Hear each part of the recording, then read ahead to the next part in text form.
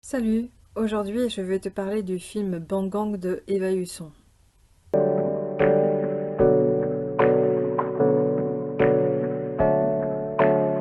Pour ma part, moi j'ai trouvé que le film était inconsistant, ennuyeux et manquant cruellement de profondeur et d'émotion. Alors en fait, l'histoire s'inspire d'un fait divers qui s'est passé en 1999 aux États-Unis. Donc c'était l'histoire de jeunes qui organisaient des bang gangs, autrement dit des partouzes, ce qui provoqua en fait toute une vague de syphilis. La réalisatrice elle s'inspire de cette histoire pour nous raconter le quotidien en fait d'une bande de jeunes sur la côte atlantique, près de Biarritz, qui un jour décide d'organiser des bang gangs.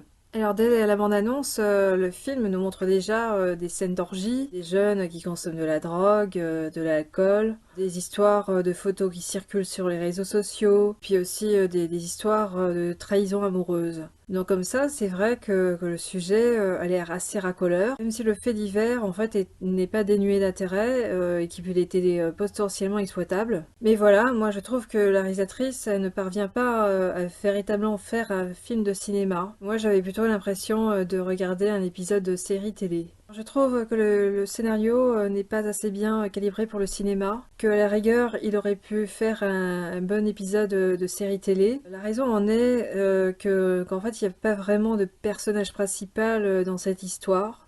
Mis à part en fait George, qu'on considère en fait comme la meneuse de la bande. Mais autrement, en fait il y a 5 personnages principaux qu'on suit tout au long de l'histoire. Donc évidemment il y a George, il y a Alex, il y a Nikita, il y a Gabriel et il y a Laetitia. Et en fait, on suit bien toutes leurs aventures affectives et sexuelles en parallèle, exactement comme on le fait dans les épisodes de séries télé. Et alors, l'autre point commun que je trouve avec les séries télé, c'est que je trouve que les personnages sont quand même assez stéréotypés. Ouais, je veux dire, on retrouve la blonde, Georges, fille un peu émancipée et délurée du groupe. On retrouve Laetitia, la brune, qui est plus sage et qui se pose des questions à propos de sa sexualité. On retrouve Gabriel, le hipster introverti et solitaire. Moi, je trouve que les personnages n'ont pas vraiment d'épaisseur psychologique, ce qui fait qu'on ne peut pas s'y attacher. Et surtout, en fait, on ne perçoit pas d'évolution chez eux tout au long de l'histoire. En plus, je trouve que le jeu d'acteur est peu convaincant. Moi, j'ai l'impression que les acteurs récitent leurs textes ou alors sont constamment en mode improvisation. Ouais, moi, je trouve que ça manque vraiment de direction d'acteur. Mais déjà, je trouve, pour commencer, que le scénario est assez inconsistant et que l'intrigue est peu crédible.